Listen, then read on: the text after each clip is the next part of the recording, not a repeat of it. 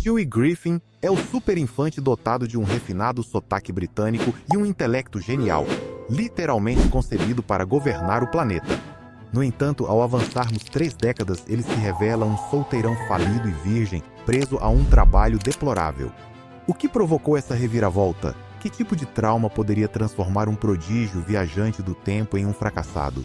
Por que eu fiquei preocupado? Meu Deus! Seu sotaque, sua orientação sexual ambígua e mal compreendida?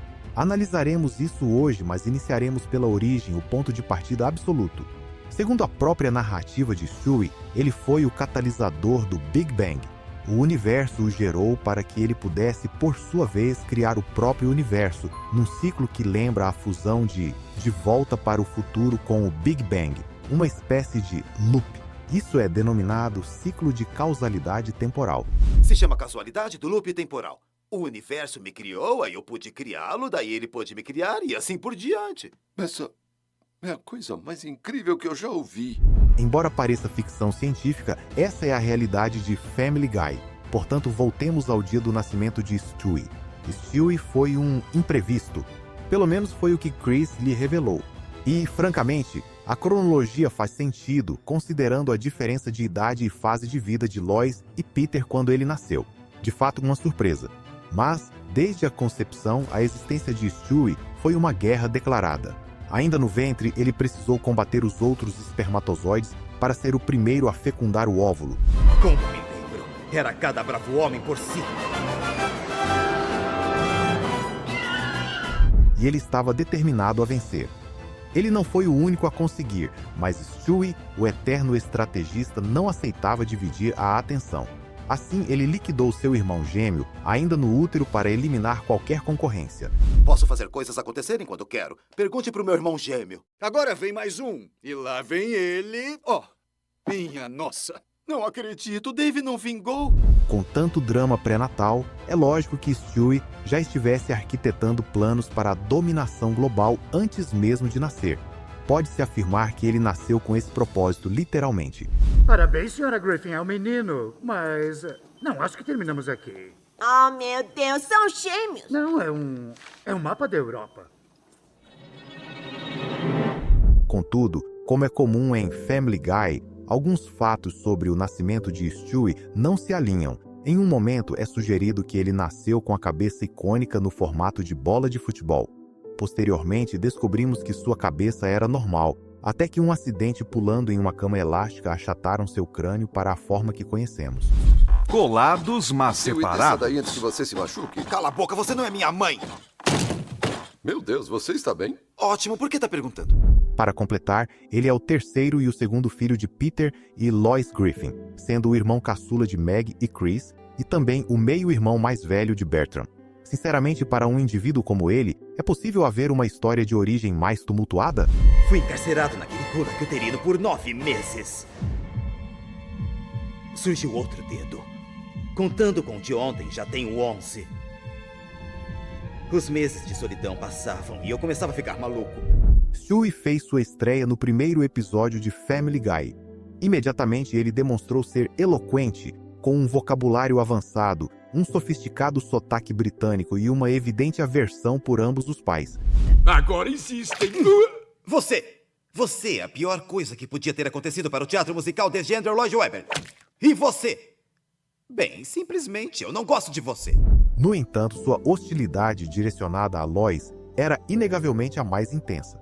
A repulsa de Stewie por Lois não se restringia a olhares gélidos, insultos perspicazes e uma dicção rebuscada que, ironicamente, quase ninguém parecia perceber ou entender.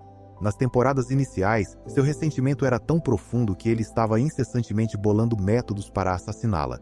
Isso, claro, levanta a questão. O que exatamente Lois fez a ele? Excelente! O aparelho de controle mental está quase pronto. Stewie já disse que não quero brinquedos na mesa. Mas que saco, mulher! Você tem me atrapalhado desde o dia em que escapei de seu maldito útero! As tentativas assassinas de Stewie incluíam raios mortais, armadilhas complexas e simulações virtuais. Ele tentou de tudo. Lançou todos os planos contra a parede, mas nada funcionou de forma definitiva. Pelo menos até que ele finalmente encontrou um meio de quase concretizar. Abordaremos isso mais tarde. Entretanto, Lois não é a única na lista negra de Stewie. Sua personalidade é totalmente dominada pela arrogância e ele simplesmente não suporta a mediocridade intelectual. Na sua visão, ele não é um bebê. Ele é um intelecto poderoso cercado por babas e... Um chacal, é um chacal, parece com um chacal, é um chacal. Tempo! Não estava certo da primeira vez que você falou, porque estaria certo das outras 10 vezes! Droga! Apesar de toda sua complexidade, sua aura de gênio do mal e seu intelecto que ele mesmo rotula como nível Einstein, o maior obstáculo de Stewie é justamente aquilo que ele se recusa a aceitar, o fato de ser um bebê. E essa condição infantil manifesta-se com frequência. Seja Lois sabotando seus esquemas malignos ao interrompê-lo com uma colher de purê de ervilhas, ou ele ingenuamente acreditando que Peter desapareceu durante uma brincadeira de esconde-esconde. Ei, Stewie, achou? Eu estou te vendo, gordão. Cadê o papai? Mas, para onde você foi? Isso é impossível. Posso ouvi-lo, mas não posso vê-lo. Apesar de sua inteligência superior, ele ocasionalmente enfrenta dificuldades na leitura e com formas geométricas conversa com seu urso de pelúcia, Rupert, como se ele fosse um ser vivo, e cai em todas as pegadinhas infantis clássicas, como rir incontrolavelmente quando Lois assopra sua barriga. Deixa eu pegar essa barriguinha. E não podemos esquecer que o mesmo garoto que constrói máquinas do tempo e armas de extermínio ainda não consegue usar um vaso sanitário. Como parte de sua evolução, Stewie frequenta a pré-escola, como qualquer criança de sua idade. Ele lida com os elementos típicos da rotina infantil, caixas de suco, colchonetes para dormir, lancheira, e é rodeado por educadores que não têm a menor ideia de que um de seus alunos constrói máquinas do tempo casualmente antes da hora da sesta. Mesmo neste período da vida, a maestria de Stewie em física e engenharia é pura ficção científica. Estamos falando de um gênio completo com um arsenal de ferramentas. Ele construiu caças avançados, dispositivos de controle mental, equipamentos de alteração climática, teletransportadores, robôs, clones e até um transportador totalmente funcional como o de Star Trek. Robert, meu teletransporte está concluído. Se meus cálculos estiverem corretos, o elenco de Jornada nas Estrelas, a próxima geração, estará logo aqui para responder minhas perguntas.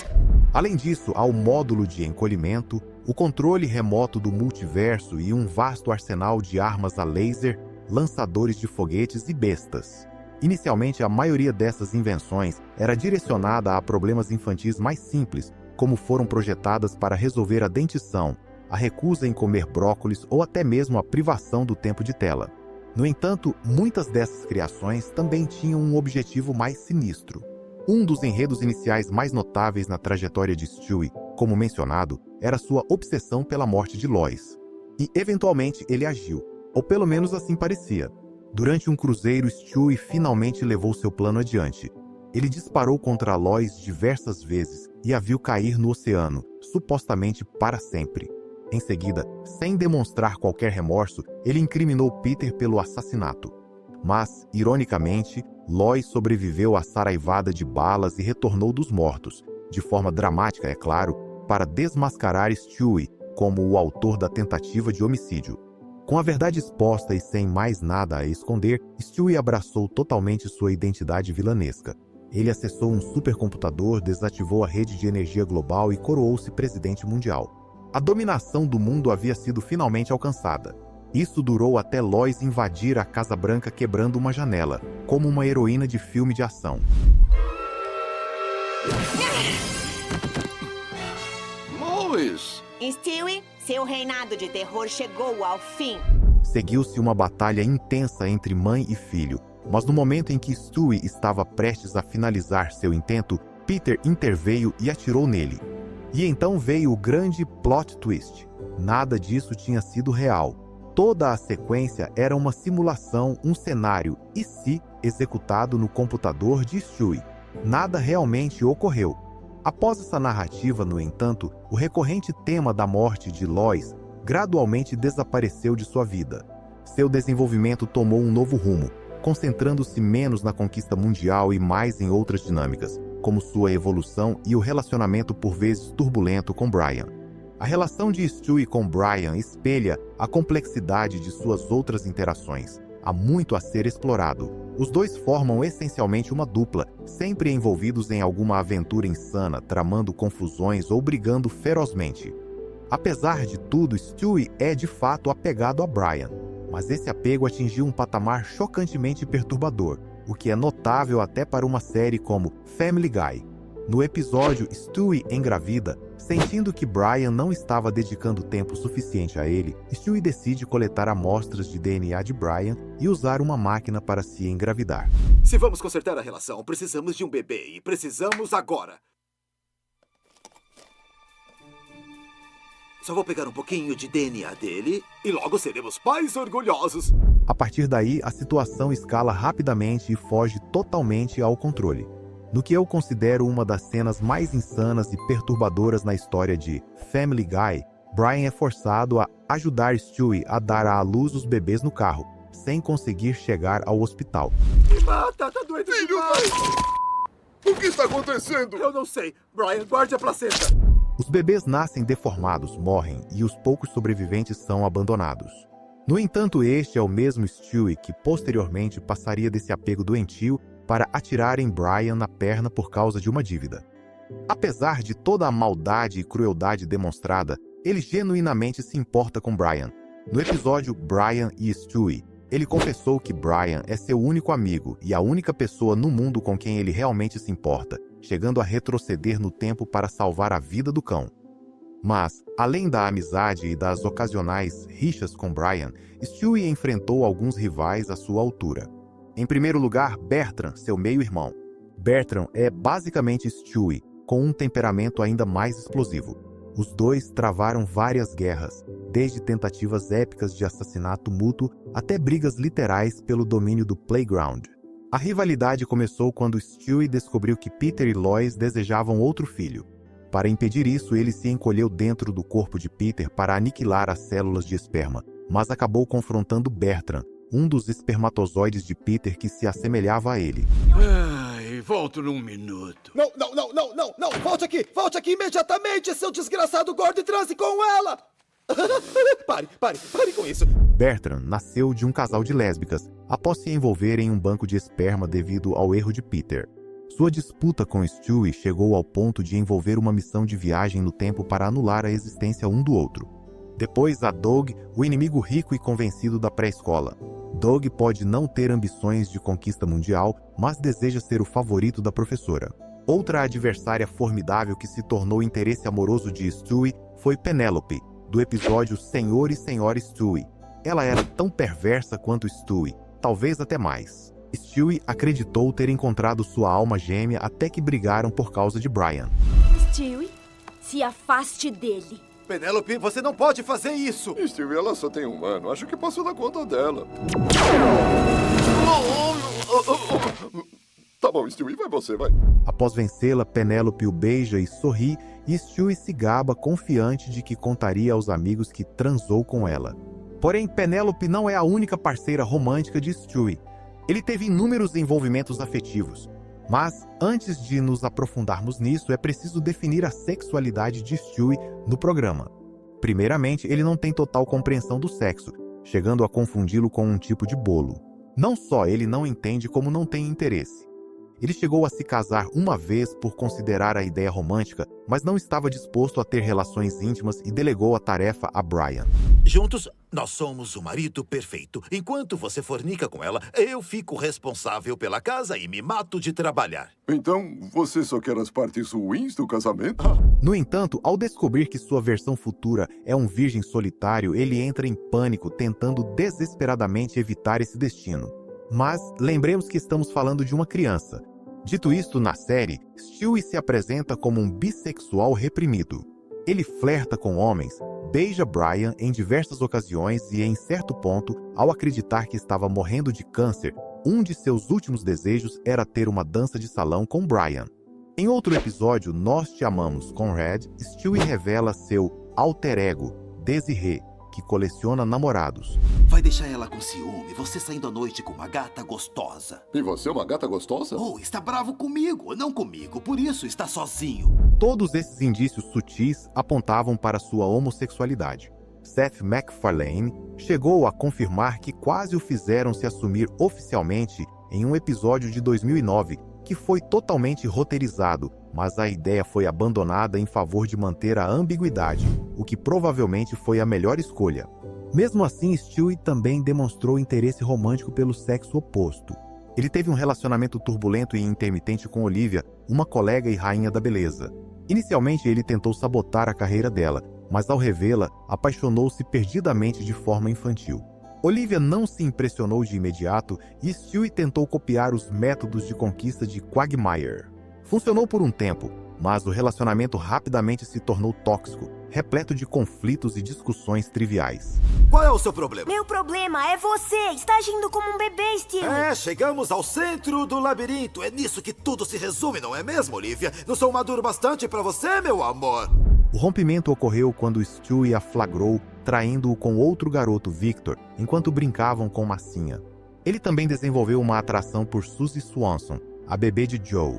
Ele tentou de tudo para impressioná-la, chegando a cantar um cover de Everything I Do For You, mas ela não estava interessada.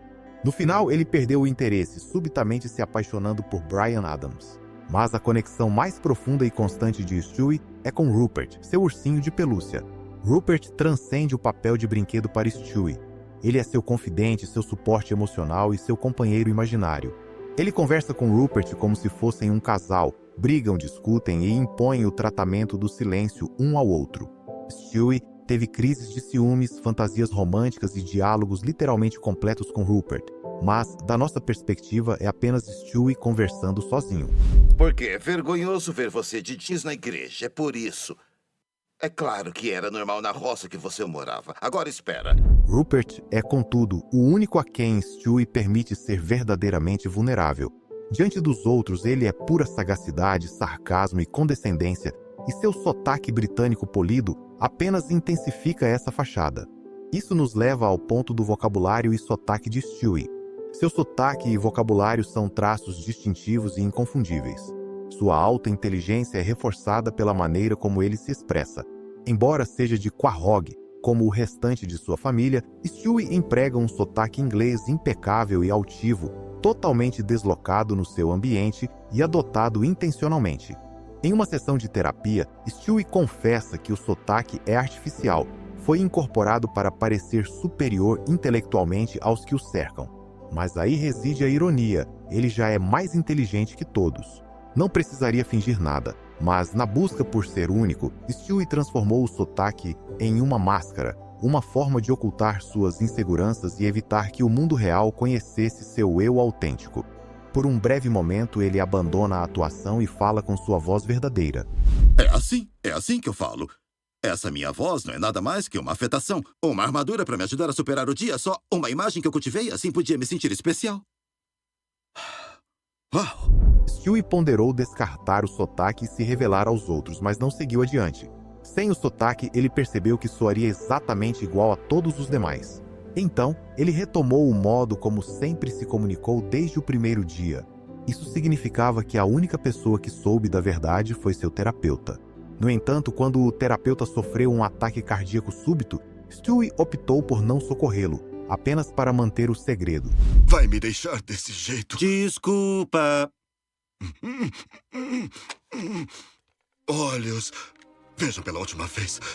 Esse instante demonstra a que ponto Stewie está disposto a ir para sustentar sua persona cuidadosamente elaborada e proteger sua vulnerabilidade.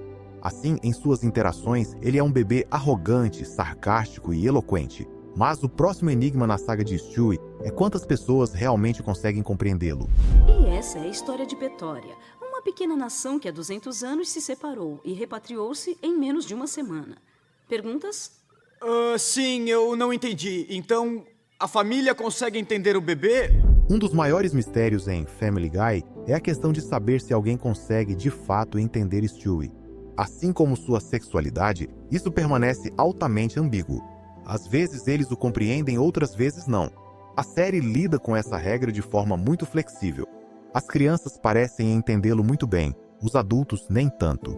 Os Griffins frequentemente ignoram grande parte do que Stewie diz, mas em momentos isolados respondem a ele. Contudo, houve instâncias claras em que outros personagens o compreendem, incluindo Cleveland e Joe. Aí, Cleveland, sabe que eu te amo, mas essas calças não são pra você. Eu sabia. Eu precisava ouvir isso. Obrigado, bebê do Peter. Entendi. Brian, por exemplo, consegue sempre entender Stewie. Eles mantêm conversas completas, discussões e até números musicais. Estranhos também parecem entendê-lo e quando ele fala com Meg ou Chris, eles ocasionalmente respondem. De fato, temporadas mais recentes confirmam que Chris definitivamente o compreende. A única vez que a família inteira se dirige a Stewie como um membro normal do grupo é nos episódios Stewie mata Lois e Lois mata Stewie. Mas como estes foram revelados como simulações, eles não são exatamente válidos. Em Dentro de uma Família da Pesada, Peter agradece a Stewie por aceitar seu pedido de desculpas e até admite que pode entendê-lo. Isso pega Stewie de surpresa, que sempre acreditou que o homem gordo não conseguia. E aí, pai, que ticote bacana. Ai, achei que você não conseguia me entender. E quando a família teve Vinny brevemente como substituto de Brian, Vinny também compreendeu Stewie perfeitamente. Nesses episódios, Stewie e Vinny conversavam, assim como Stewie e Brian fazem. Depois, ao episódio A Primeira Palavra de Stewie. Após ficar frustrado com o Wi-Fi ruim e a falta de biscoitos durante a quaresma, Stewie solta um palavrão na igreja e todos o entendem. Ele é imediatamente marginalizado. Lois tenta descobrir onde ele aprendeu tal linguagem e finalmente percebe que foi com ela. No final do episódio, Stewie diz uma segunda palavra compreensível. Mamãe! Olha! A segunda palavra do Stewie! Ah, meu Deus! É ali que ele descobre. As pessoas só o entendem quando ele realmente deseja ser entendido. Mas a preocupação com a compreensão de Stewie deveria ser a menor delas, pois por trás daquele sotaque elegante e rosto angelical esconde-se um pequeno tirano com uma inclinação violenta e um lado sombrio. Você está dizendo que temos um bebê homicida em nossas mãos? Sejamos diretos, Stewie Griffin é uma ameaça total, seja desferindo o insulto mais destrutivo que deixaria qualquer um aniquilado por dias, como ele fez com o Brian. Sua peça cede ao menor denominador comum, Brian, e nem isso você faz direito. Cala a boca! Que cada pessoa que rir de seus reais esforços seja um lembrete de sua eterna mediocridade e fure seu coração com uma faca. O garoto cria armas de destruição em massa antes mesmo de conseguir soletrar destruição. Ele encerrou casualmente a vida de pessoas inocentes, como se estivesse verificando itens em uma lista de supermercado. Ele certa vez confundiu um grupo de crianças fantasiadas de vampiros de Halloween com monstros reais e atirou rapidamente contra todas elas. Muito bem, zumbis e imbecis, é hora de voltarem pro inferno!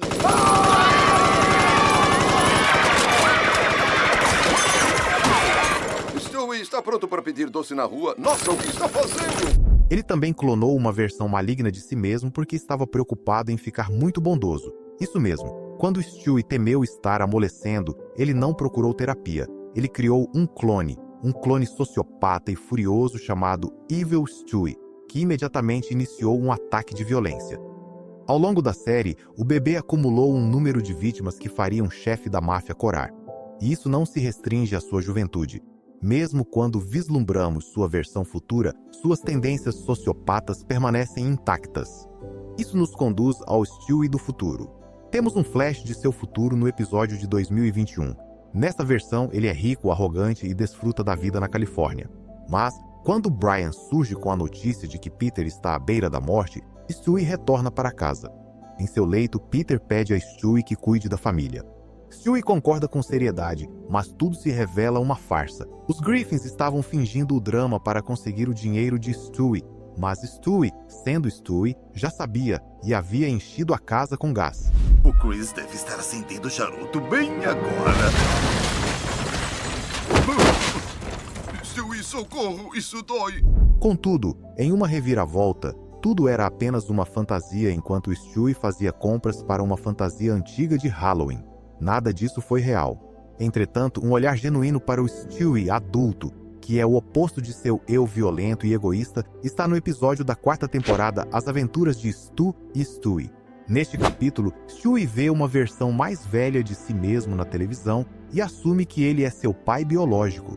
Assim, ele o persegue até São Francisco, apenas para descobrir que se trata dele mesmo aos 35 anos.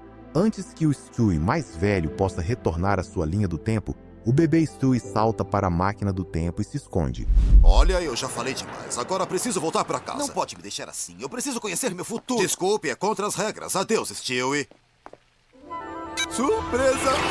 Ao testemunhar sua vida adulta, o resultado não é exatamente o que ele havia imaginado. Em vez de dominação global e fama, o Stewie do futuro é um virgem de 35 anos que trabalha no Quahog Circus Shack, vivendo sozinho em um apartamento decadente que provavelmente cheira a queijo e melancolia. Não é o destino esperado para um bebê que cita Shakespeare e projeta raios da morte por hobby.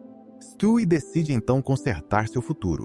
Ele reforma o local e tenta ajudar sua versão mais velha a perder a virgindade com uma colega de trabalho chamada Fran, o que termina em desastre. Eu fiquei sabendo que vão ampliar o horário da loja até 9h30, não é mesmo? Ah, isso é ótimo. Quer transar comigo? O quê? É claro que sim, eu já volto. Qual é o seu problema? Stewie se questiona o que pode ter levado seu futuro a ser tão lamentável e decepcionante. É quando o Stewie adulto confessa que uma experiência de quase morte o deixou aterrorizado de correr riscos, resultando em sua vida tediosa e infeliz. Assim, o bebê Stewie viaja de volta no tempo para impedir que o acidente ocorra. Ele salva seu eu futuro do evento, sendo em seguida vaporizado por seu eu passado. Dessa forma, Stewie garante que a linha do tempo seja corrigida e que ele possa viver para alcançar todo o seu potencial. Isso encerra de forma abrangente a trajetória de Stewie, uma saga de viagem no tempo, caos, insultos proferidos por um maníaco com um sotaque refinado e um complexo de divindade.